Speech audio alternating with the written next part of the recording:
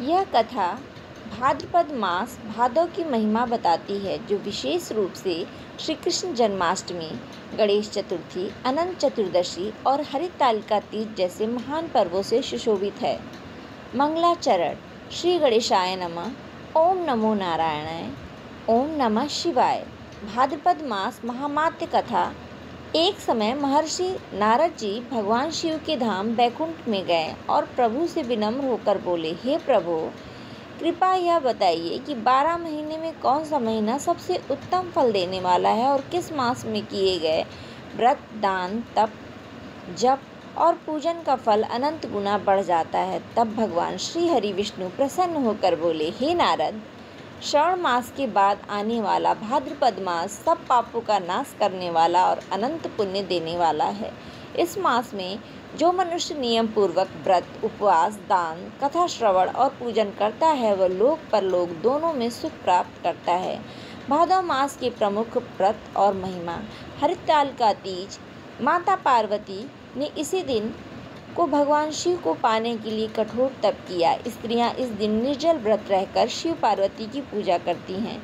गणेश चतुर्थी। भाद्रपद शुक्ल चतुर्थी। इस दिन भगवान गणेश का प्राकट्य हुआ। गणपति की पूजा करने से विघ्नों का नाश और बुद्धि की वृद्धि होती है। ऋषि पंचमी। भाद्रपद शुक्ल पंचमी। इस दिन सप्त ऋषियों की पूजा की जाती है। विशेष रूप से स्त्रियां यह व्रत करती हैं, जिससे जीवन में पापों का नाश होता है। श्री कृष्ण जन्माष्टमी। भाद्रपद कृष्ण अष्टमी। भादव मास का सबसे महत्वपूर्ण पर्व। श्री कृष्ण का प्राकट्य इसी दिन हुआ। उपवास, रात्रि जागरण और झूला उत्सव का बड़ा महत्व है। अनंत चतुर्दशी। भाद्रपद शुक्ल चतुर्दशी। इस दिन भगवान विष्णु के अनंत रूप की पूजा की जाती है। अनंत सूत्र बांधने से अखंड सुख, समृद्धि और संतति की वृद्धि होती है।